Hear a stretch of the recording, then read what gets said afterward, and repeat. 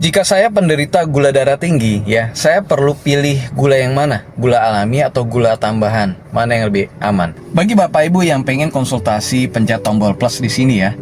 Komen mau konsultasi dan share ya. Semoga jadi amal jariah Bapak Ibu. Ingat, wajib di-follow supaya saya bisa balas chatnya dari Bapak Ibu sekalian. Kalau Bapak Ibu nggak follow, chat saya dibatasin. Belum apa-apa, sudah tidak bisa dikirim lagi. Nah, mungkin Bapak Ibu bagi yang penderita gula darah tinggi, ya, mungkin sering bertanya seperti ini. Kira-kira saya harus nyari kadar gula, ya, itu dari mana gitu ya.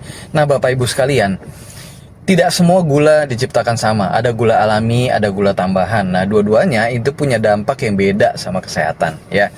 Nah, kita bahas tentang gula alami, ya, dari buah-buahan atau dari susu segar, ya. Saya bahas susu yang bener-bener baru dari perah ya, susu segar ya, bukan susu yang dalam kemasan, karena itu hal yang berbeda gitu ya. Nah, oke, sumbernya dari mana? Buah itu didapat dari fruktosa. Nah, kalau susu itu didapat dari laktosa. Nah, apakah ini aman Bapak Ibu? Sangat aman, ya, karena ini dikemas dengan serat, vitamin, dan antioksidan yang memperlambat penyerapan gula. Dan ini memang alami gitu ya. Nah, manfaatnya gimana? Anda bisa dapatkan energi yang stabil, rendah resiko lonjakan gula darah gitu ya. Jadi kalau misalnya ibaratnya mau buka puasa itu gimana? Buat nyari-nyari gulanya bagusnya dari mana? Ya, dari susu yang segar, dari buah-buahan ya. Nah, kemudian gula tambahan yaitu dari makanan-makanan olahan yang diolah gitu ya. Nah, sumbernya dari mana biasanya tuh?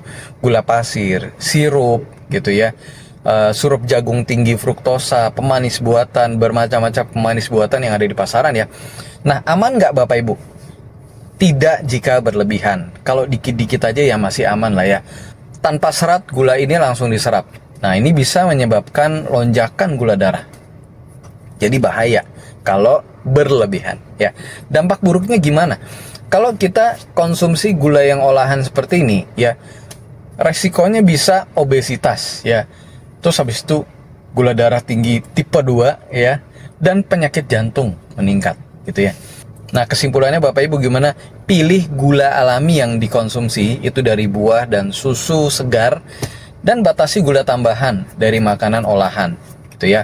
WHO, World Health Organization ya, merekomendasikan Anda kurang dari 10% asupan kalori harian berasal dari gula tambahan. Jadi jangan lebih dari 10% ya.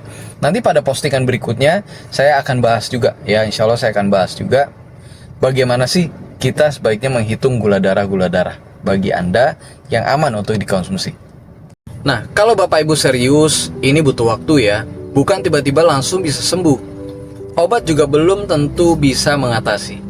Harus ada programnya, pola makannya seperti apa, kapan dimakannya, olahraganya seperti apa, lengkap Bapak Ibu. Termasuk nutrisi-nutrisi yang dibutuhkan apa saja. Nanti kita akan bahas di sesi konsultasi. Perlu kita program bareng-bareng nanti. Kenapa? Karena kondisi setiap insan atau setiap individu tentu saja beda-beda. Ya, riwayat keluarga, riwayat hidup dan sebagainya tentu beda-beda ya. Sampai jumpa Bapak Ibu di sesi konsultasi.